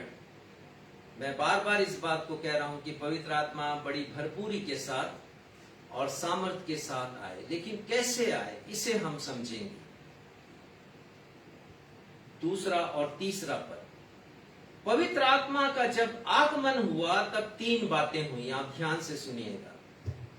दूसरे अध्याय का दूसरा पद, उसका प्रथम हिस्सा पढ़िए। एकाएक आकाश से बड़ी आंधी की, बस आकाश से बड़ी आंधी आई। आंधी अर्थात हवा। बाइबल में हवा पवित्र आत्मा का सूचक है। उदाहरण देना चाहूंगा, यहेजकेल की किताब 37 अध्याय 9वां पद, आज 36वां अध्याय पढ़ा गया, उसके बाद का अध्याय 37 अध्याय का 9वां पद।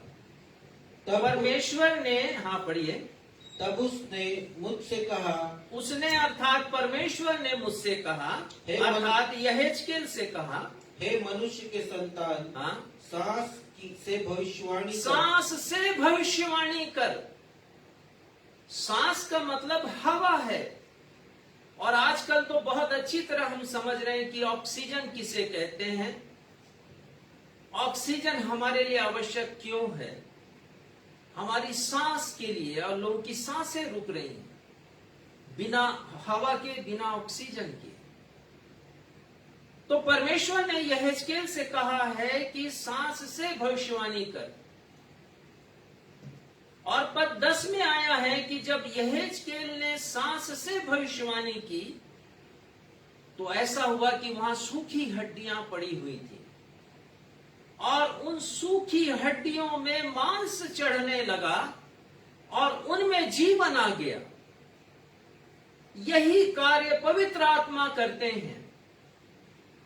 हमारे जीवन में जब आते हैं, पाप में मृत जीवन में जब आते हैं, हम तो अपने पापों में मरे हुए थे, संत पौलुस लिखते हैं, लेकिन परमेश्वर ने बड़ी कृपा से हमें जिलाया। कैसे जिलाया? यहेजकेल का बड़ा अद्भुत वर्णन है, आज के संदर्भ से मिलता हुआ। सांस से भविष्यवाणी किया, हड्डियों में प्राण आ गए। हमारे भी जीवन में तब असली प्राण आता है जब हवा अर्थात पवित्र आत्मा हमारे जीवन में प्रवेश करता है।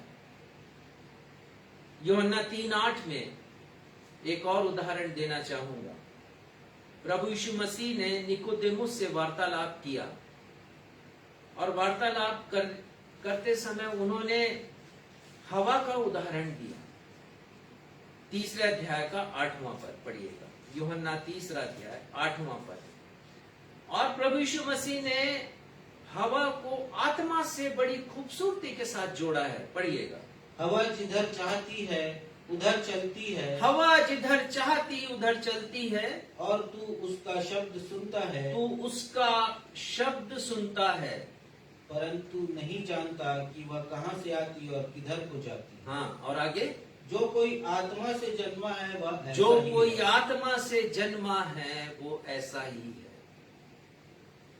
पवित्र आत्मा हवा के समान है। हवा को मैं और आप अनुभव करते हैं। हवा दृश्य नहीं है, अदृश्य है। पवित्र आत्मा दृश्य नहीं है, अदृश्य है। हमारी जिंदगी में जब आते हैं तो वो परिवर्तन करते हैं, और जो परिवर्तन होता है वो दृश्य होता है।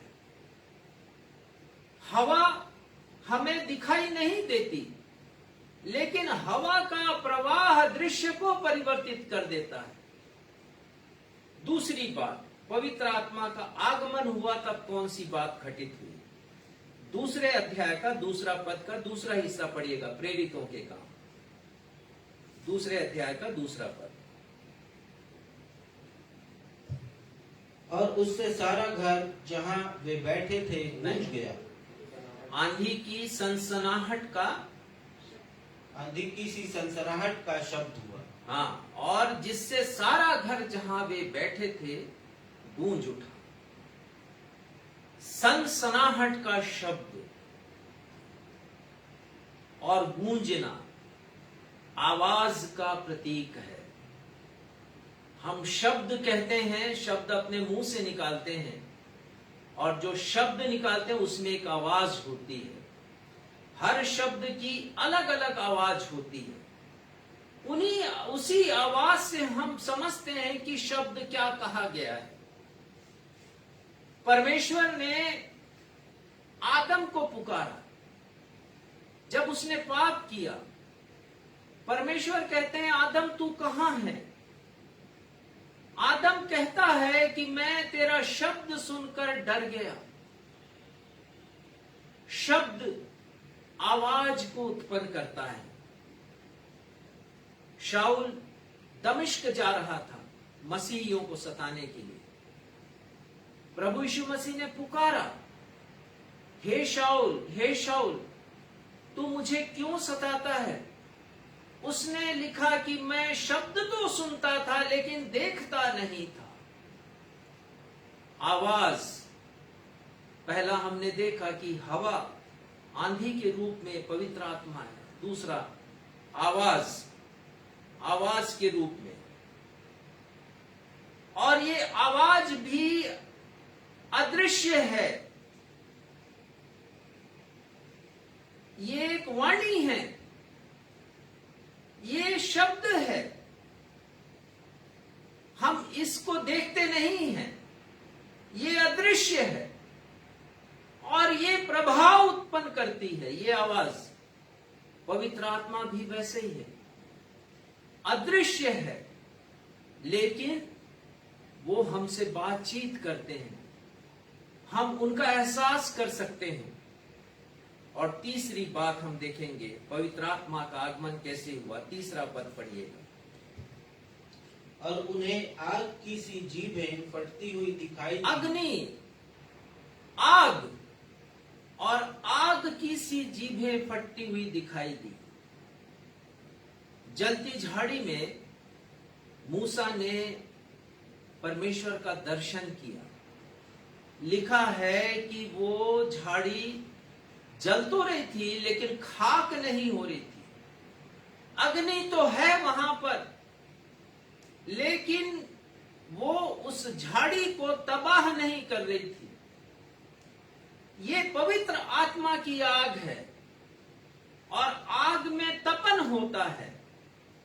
ये तपन भी एक एहसास है, हमें दिखाई नहीं देता। जो आंच है वो आपको दिखाई नहीं देगा, पर आप उसकी गर्मी को महसूस कर सकते हैं। और यही पवित्र आत्मा है। मैं और आप जब तक उसके अनुभव से नहीं गुजरेंगे, हम महसूस नहीं कर पाएंगे पवित्र आत्मा की भरपूरी को और उसके सामर्थ्य को। शद्रक, मेशक, अबेदनगो अग्नि में थे, 7 गुना वो भट्ठा भड़का दिया गया। और नबूकदनेस्सर ने देखा कि 3 तो ये हैं लेकिन चौथा भी कोई है, परमेश्वर के पुत्र के समान। परमेश्वर की उपस्थिति दर्शाता है ये। और पवित्र आत्मा परमेश्वर का एक रूप है। पवित्र आत्मा की उपस्थिति एक आत्मिक अनुभव है और मुझे और आपको इस अनुभव से होकर के गुजरने की आवश्यकता है। प्रभु यीशु मसीह कहते हैं कि एक वरदान के रूप में परमेश्वर ने देने का वादा किया है। पवित्र आत्मा मेरे और आपके लिए वरदान है। यदि मेरे और आपके जीवन में इसका अनुभव नहीं है तो हम सबसे अधिक अभागे हैं। एक उदाहरण दूंगा एक बालक का। वो पतंग उड़ा रहा था, बहुत अच्छा मौसम, और उसकी पतंग दूर दूर आकाश में जाने लगी। उसके हाथों में चक्री है, चक्री का से वो ढील देता जा रहा है। और इस वाक्यात को एक और आदमी है जो देख रहा है कि ये लड़का कितने मजे से पतंग उड़ा रहा है। और फिर पतंग ऊपर जाते जाते जाते जाते विलुप्त हो गई, बादलों में छिप गई पतंग। और ये व्यक्ति उस बालक से आके कहता है कि तुम पतंग उड़ा रहे हो लेकिन पतंग है कहां? वो तो दिखाई नहीं दे रहा है। और वो बालक कहता है, मेरी पतंग भले मुझे दिखाई ना दे, लेकिन मैं अपने धागे में उसको महसूस कर रहा हूं। और पवित्र आत्मा मेरे और आपके लिए महसूस करने का विषय है। पवित्र आत्मा का सबसे बड़ा कार्य है हृदय परिवर्तन करना। आज का सुसमाचार का पाठ, यूहन्ना रचित सुसमाचार। प्रभु यीशु मसीह कहते हैं कि मैं पिता से विनती करूंगा और वो तुम्हें एक सहायक देंगे। तुम जरूर शोकित हो, मैं तुम्हें छोड़कर जा रहा हूं, लेकिन मैं तुम्हें अनाथ नहीं छोड़ूंगा। मैं तुम्हें एक सहायक दूंगा, प्रभु यीशु मसीह ने कहा। और वो कहते हैं कि जब पवित्र आत्मा आएगा, पद 8 को पढ़िएगा, यूहन्ना 16 उसका 8वां पद। वह आकर संसार को पाप और धार्मिकता, वो 3 काम करेंगे। संसार को पाप और धार्मिकता और न्याय के विषय में निरुत्तर करेगा। और आपकी बाइबल में यदि निरुत्तर में एक स्टार बना हुआ है तो नीचे देखिए, उसमें लिखा है कायल। ये ज्यादा अच्छा शब्द है, कन्विक्ट करेगा। पवित्र आत्मा जब किसी के जीवन में आता है तो उसे वो कायल करता है और ये कहता है कि यू आर ए सिनर, तुम पापी हो और तुम्हें क्षमा की आवश्यकता है। मैं समझता हूं कि कोई मनुष्य नहीं कह सकता वचन सुनने के बाद, परमेश्वर के वचन को सुनने के बाद, कि पवित्र आत्मा ने उससे बातचीत नहीं की है। आप नजरअंदाज कर दें, ये बात अलग है, लेकिन पवित्र आत्मा हर एक व्यक्ति के जीवन से बात करता, उसके हृदय में आकर। जब परमेश्वर का वचन का प्रचार किया जाता है, वो कायल करता है। बहुत से लोग जब कायल होते हैं तो परमेश्वर के पास आते हैं, परंतु बहुत से लोग इग्नोर करते हैं, पवित्र आत्मा की आवाज को अनसुनी करते हैं।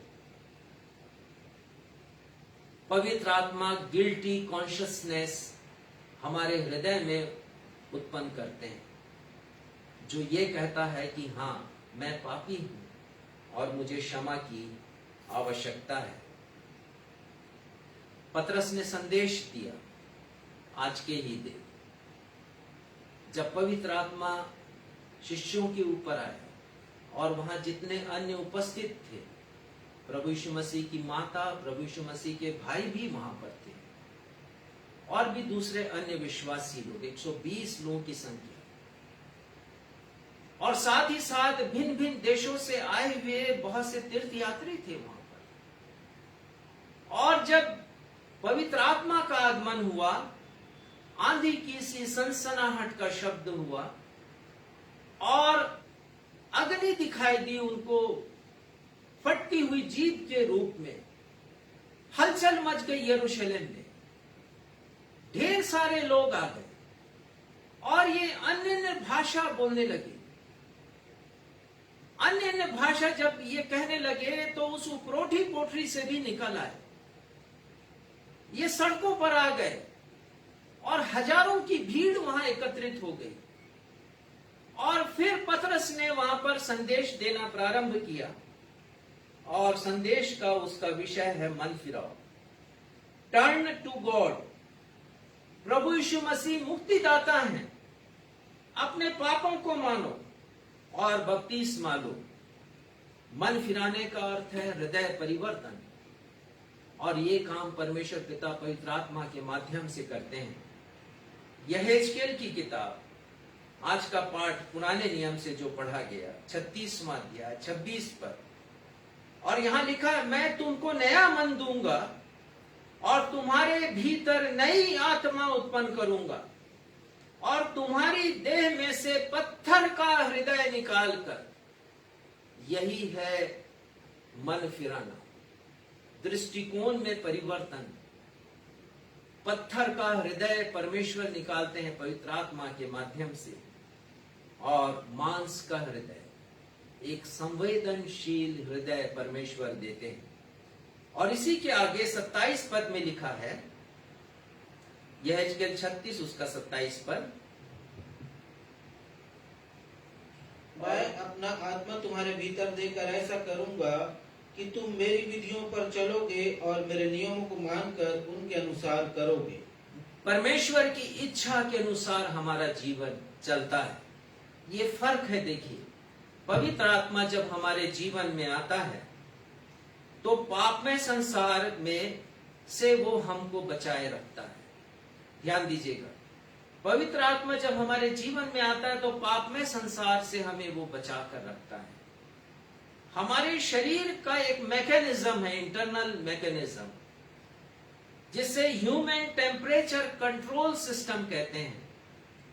मनुष्य के आंतरिक शरीर का तापक्रम नियंत्रण कैसे होता है? एक सिस्टम के द्वारा।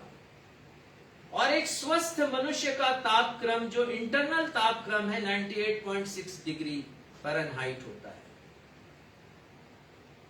अब ये 98.6 डिग्री का जो टेम्परेचर है वो एक स्टैंडर्ड टेम्परेचर है। बाहर चाहे कितना भी ठंड पड़े, बाहर चाहे कितनी भी गर्मी पड़े, हमारे शरीर का जो आंतरिक तापक्रम है वो उतना ही रहता है। ठीक इसी प्रकार पवित्र आत्मा हमारे जीवन में काम करता है। हमारे बाहर का संसार कितना भी प्रदूषित क्यों ना हो, कितना भी पापमय क्यों ना हो, यदि ये पवित्र आत्मा मेरे और आपके जीवन में है तो वो नियंत्रित करता है हमारे आत्मिक जीवन को, और हमारे आत्मिक जीवन के स्तर को पाप के प्रदूषण से बचा कर रखता है। पवित्र आत्मा हमें आत्मिक और व्यवहारिक गुणों के फल से लाद देता है। प्रेम, आनंद, मेल, धीरज, कृपा, भलाई, विश्वास, नम्रता और संयम, ये आत्मिक और व्यवहारिक गुण हैं। जब पवित्र आत्मा हमारे जीवन में आता है तो हमारे हृदय का परिवर्तन हो जाता है। और यदि हमारे जीवन का परिवर्तन नहीं है, हमारे स्वभाव में और आचरण में परिवर्तन नहीं है, तो समझ जाइए कि प्रभु यीशु मसीह हमारे जीवन में नहीं है और न ही उनका पवित्र आत्मा। यदि व्यवहारिक जीवन में परिवर्तन नहीं है तो चाहे आप कितना भी हालेलुया प्रेज द लॉर्ड बोल लें, चाहे आप कितना भी हाथ उठाकर वर्शिप कर लें, चाहे कितनी भी भाषाओं में अन्य भाषा बोल दें आप, चाहे कितना भी उचक लें अपने स्थान पर, चाहे कितने भी जोर जोर से प्रार्थना कर लें, चाहे कितना भी बाइबल ज्ञान आपको हो जाए, या चर्च में आप कितना भी बड़ा दान क्यों ना दे दें, यदि जीवन में परिवर्तन नहीं है तो ना यीशु है जीवन में, ना पवित्र आत्मा। क्योंकि संत पौलुस लिखते हैं, यदि किसी में मसीह का आत्मा नहीं तो वो उसका जन भी नहीं है। पवित्र आत्मा का सबसे बड़ा काम है आंतरिक परिवर्तन, हमारे जीवन का आंतरिक परिवर्तन और हमारे आंतरिक जीवन के मूल्यों में परिवर्तन। अन्य भाषा बोलना, चंगाई का वरदान प्राप्त कर लेना, भविष्यवाणी का वरदान प्राप्त कर लेना, ये सब बाह्य परिवर्तन है।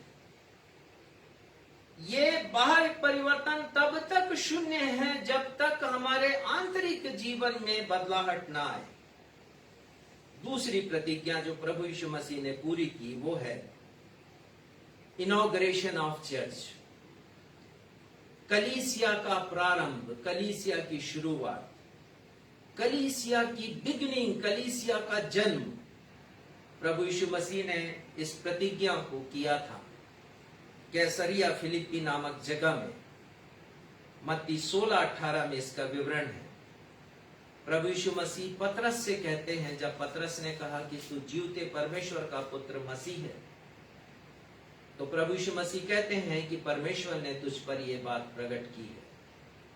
अन्यथा बहुत से लोग तो प्रभु यीशु मसीह को एलियाह कहते थे, कोई कोई कुछ और भविष्यद्वक्ता कहते थे। प्रभु यीशु मसीह ने क्या कहा पतरस से, ये दूसरी प्रतिज्ञा जिसे प्रभु यीशु मसीह ने आज के दिन पूरी किया। पढ़िएगा मत्ती 16:18। और मैं भी तुझसे कहता हूँ कि तू पतरस है, और मैं इस पत्थर पर अपनी कलीसिया बनाऊंगा, और अधोलोक के फाटक उस पर प्रबल न होंगे। मैं कहता हूं कि तू पतरस है, और इस पत्थर पर मैं अपनी कलीसिया बनाऊंगा। पहली बार कलीसिया शब्द आया, प्रभु यीशु मसीह ने इसका उपयोग किया। और इस बात की घोषणा या इस बात का खुलासा वो कैसरिया फिलिप्पी में करते हैं। मैंने पढ़ा कैसरिया फिलिप्पी के विषय में कि ये अन्य जातियों का नगर था, और मशहूर इसलिए था ये प्रभु यीशु मसीह के समय क्योंकि रोमियों के देवता पान का मंदिर भी था। आज ये शहर उजाड़ है, और वो मंदिर भी आज सिर्फ एक खंडहर है। प्रभु यीशु मसीह ने इसी शहर में क्यों ये घोषणा की, बहुत बड़ी घोषणा है। मैं इस पत्थर पर अपनी कलीसिया बनाऊंगा, अधोलोक के फाटक प्रबल नहीं होंगे। इसी नगर में प्रभु यीशु मसीह ने क्यों घोषणा की? पहली बात, प्रभु यीशु मसीह ये बताना चाह रहे थे कि कलीसिया का इंपॉर्टेंस, कलीसिया का महत्व अन्य जातियों के मध्य में ज्यादा होगा। यहूदियों ने तो नकार दिया प्रभु यीशु मसीह को, सताव आया तो शिष्य यरूशलेम से तितर बितर हो गए, विश्व में फैल गए और मसीहियत फैली। अन्य जातियों के मध्य में कलीसिया की महत्वपूर्ण भूमिका है। दूसरी बात, प्रभु यीशु मसीह ये कहना चाह रहे थे कि कलीसिया के सामने कोई टिक नहीं पाएगा, चाहे वो कुछ भी क्यों ना हो, चाहे वो कैसी भी इमारत क्यों ना हो। जैसे आज केवल खंडहर देखते हैं कैसरिया फिलिप्पी में उस बड़े मंदिर का, प्रभु यीशु मसीह ने कहा कि सब तहस नहस हो जाएंगे, लेकिन कलीसिया, तीन बातें हम देखेंगे इसके द्वारा। पहली बात, प्रभु यीशु मसीह कहते हैं मत्ती 16:18 में, मैं भी कहता हूं कि तू पतरस है। जिससे प्रभु यीशु मसीह कह रहे हैं उसके लिए ये नया नाम था, क्योंकि उसका असली नाम तो शमौन है, ये यूहन्ना का बेटा था। शमौन है, प्रभु यीशु मसीह पतरस कहते हैं। और ग्रीक भाषा में पतरस का अर्थ होता है स्टोन, पत्थर। अर्थात इस पत्थर पर मैं अपनी कलीसिया बनाऊंगा।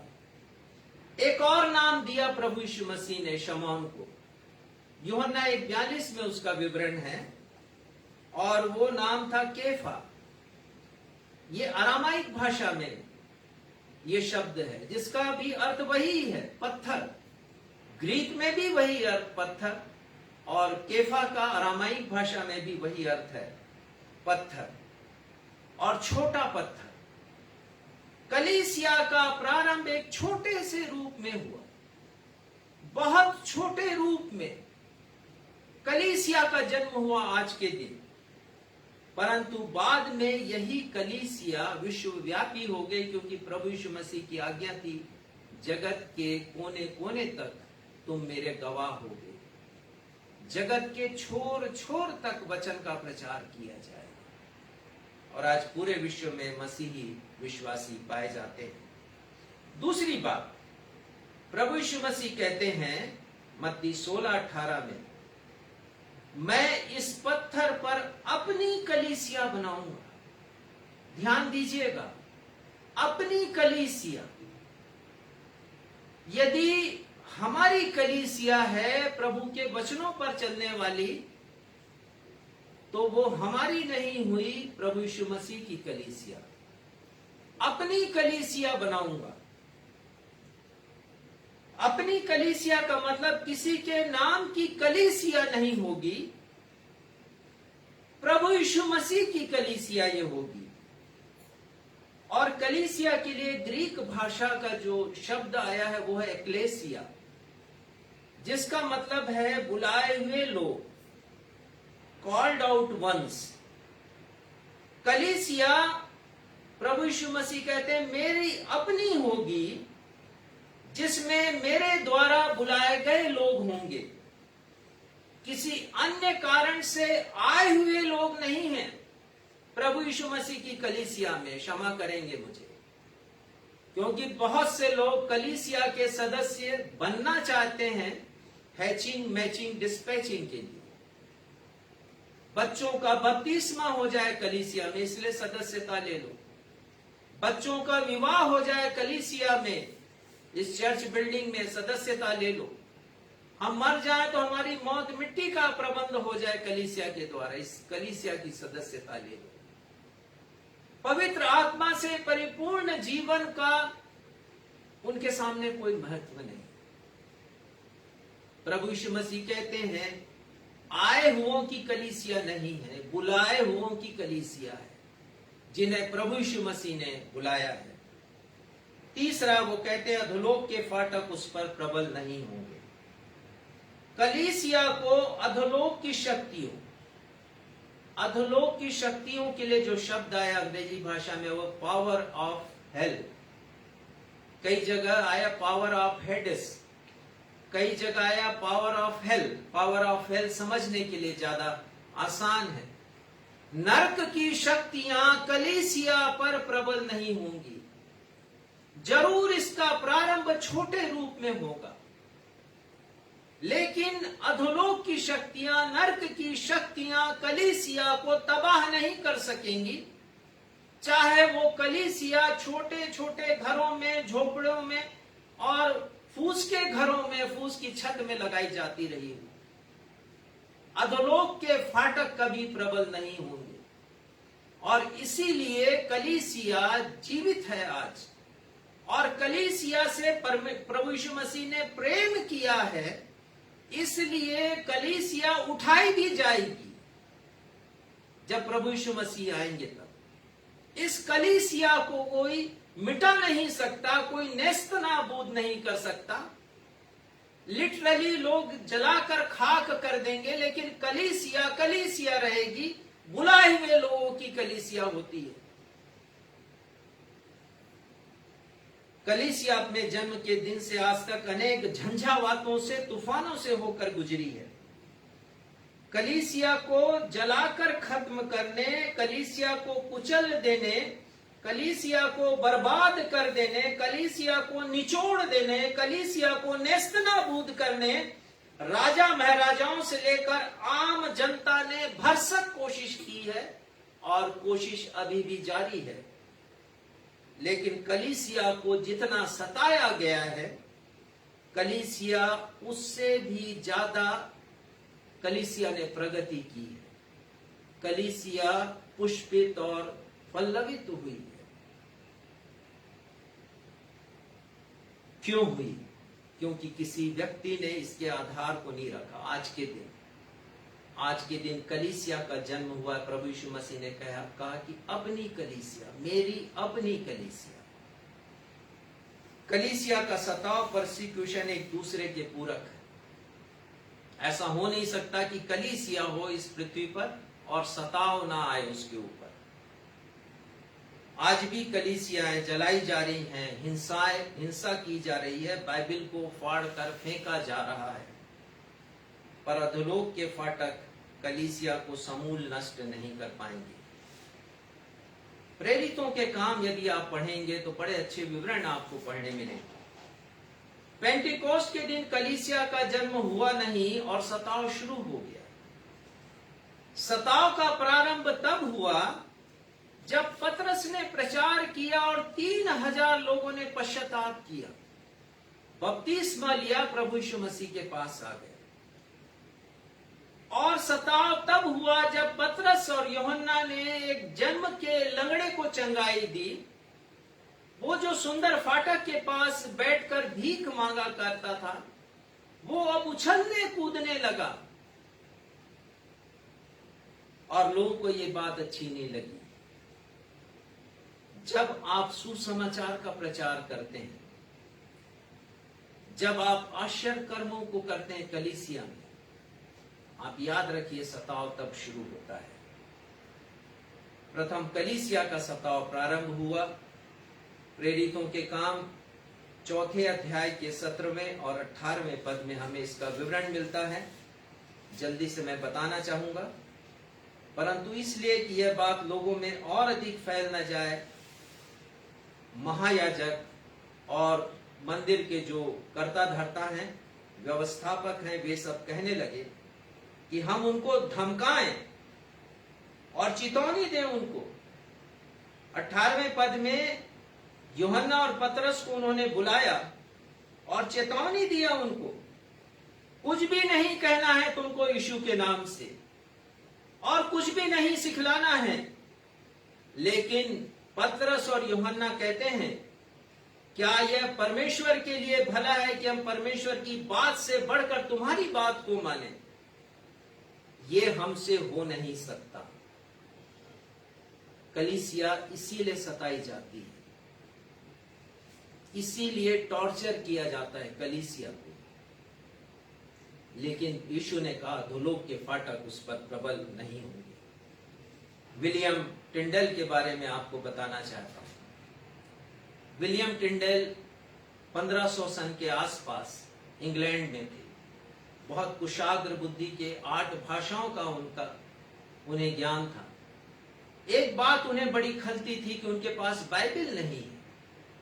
और वो ये सोचा करते थे कि न सिर्फ उनके पास परंतु असंख्य लोगों के पास बाइबल नहीं है, क्योंकि बाइबल को केवल चर्च में रखा जाता था, एक ताले में बंद करके उसको केवल पोप या प्रीस्ट लोग ही पढ़ सकते थे और उसकी व्याख्या जैसा वो समझते थे लोगों को ऐसा करते थे।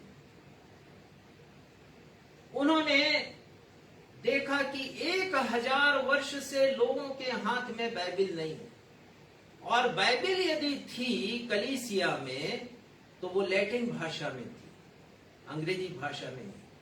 तो उन्होंने उसके अनुवाद करने की ठानी मन में, और उन्होंने अनुवाद किया, नया नियम पूरा किया और पुराना नियम पूरा किया। लेकिन इसे पोप के आज्ञा के खिलाफ माना गया और उन्हें 500 दिन तक बंदी गृह में रखा गया और उसके बाद सजाए मौत दी गई।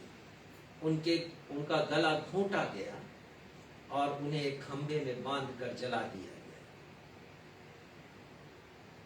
मृत्यु के पूर्व विलियम टिंडल ने एक प्रार्थना की।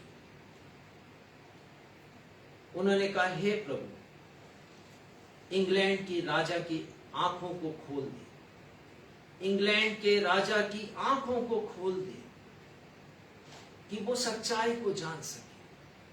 और परमेश्वर ने आंखों को खोला, किंग जेम्स के आंखों को खोला। इंग्लैंड के बादशाह थे और उन्होंने विलियम टिंडल के कार्य को आगे बढ़ाया और सन 1611 में अंग्रेजी भाषा में पहली बाइबल दुनिया के सामने आई, दुनिया के लोगों के पढ़ने के लिए। और लोगों ने उस बाइबल को पढ़ा, किंग जेम्स वर्जन जिसे कहते हैं। और आज विश्व की 1600 से अधिक भाषाओं में बाइबल के अनुवाद हैं। जब पवित्र आत्मा बड़ी सामर्थ्य से प्रचारक के जीवन में आता है तो सुनने वालों के जीवन में परिवर्तन आता है। आज कई कलीसियाओं में प्रचार तो किया जाता है पर लोगों के जीवन में परिवर्तन दिखाई नहीं देता। यह पवित्र आत्मा रहित प्रचार है। स्वयं प्रचारक के जीवन में पवित्र आत्मा नहीं, प्रचार में प्रभाव कैसे उत्पन्न होगा? कैसे लोग जीवन को परिवर्तित करेंगे? पतरस ने पेंटिकोस्ट के दिन पवित्र आत्मा के सामर्थ्य से भरकर प्रचार किया। प्रेरितों के काम 2 अध्याय के 37 पद में लिखा है, लोगों के हृदय छिद गए। अंग्रेजी में आया है Peter's words pierce the heart of people. लोगों के हृदय छिद गए परमेश्वर के वचन को सुनकर। पतरस ने क्या प्रचार किया? पतरस ने प्रचार किया क्रूस पर चढ़ाए हुए यीशु का। और वो कहते हैं लोगों से कि तुमने जीवन के कर्ता को मार डाला क्रूस पर चढ़ाकर। और वो प्रचार करते हैं रिजरेक्टेड क्राइस्ट का, पुनरुत्थित यीशु का। और वो प्रचार करते हैं प्रभु यीशु मसीह के ईश्वरत्व का। तो लोग पूछते हैं हम क्या करें? और पतरस कहते हैं मन फिरा लो, पापों की क्षमा के लिए यीशु के नाम से बपतिस्मा लो और पवित्र आत्मा का दान पाओ।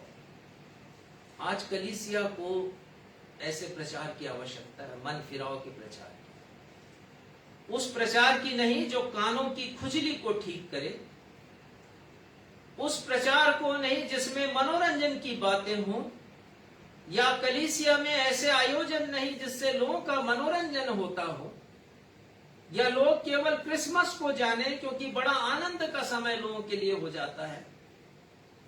मन फिराने का भी संदेश। 3000 लोगों ने परमेश्वर के वचन पर विश्वास किया और बपतिस्मा लिया और कलीसिया की स्थापना हुई। आज कलीसिया का जन्मदिन है। परमेश्वर पिता को हम धन्यवाद देते हैं। धन्यवाद देते हैं उस परिवर्तन के लिए जो हमारे जीवन में आया पवित्र आत्मा के आगमन से। और धन्यवाद देते हैं कलीसिया के लिए जिसके माध्यम से हम लोगों के पास तक पहुंच रहे हैं, मन फिराव का संदेश दे रहे हैं। परमेश्वर को धन्यवाद देते हैं आत्माओं के फसल की कटनी के लिए जो कलीसिया के माध्यम से हम काट रहे हैं। परमेश्वर पिता अपने वचन के द्वारा हम सभी को अपनी आशीषों से परिपूर्ण करे। आइए हम सब उस कोरस को गाएं जो ये कहता है हमसे, स्वर्ग की ओस तू मेरी आत्मा पर बरसने दे, स्वर्ग की ओस तू मुझ पर बरसा दे। और फिर उसके बाद ये बहुत महत्वपूर्ण हिस्सा है पद का, हे पवित्र आत्मा मुझ पर कब्जा तू कर।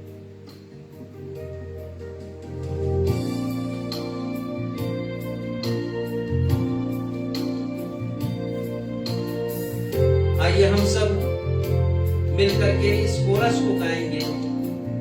हमारे जितने दर्शक आज आराधना में उपस्थित हैं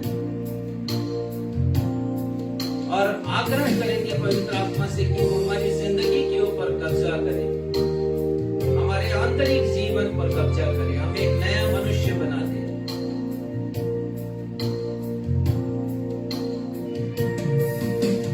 स्वर्ग की ओस तू मेरी आत्मा पर। क्षमा करेंगे।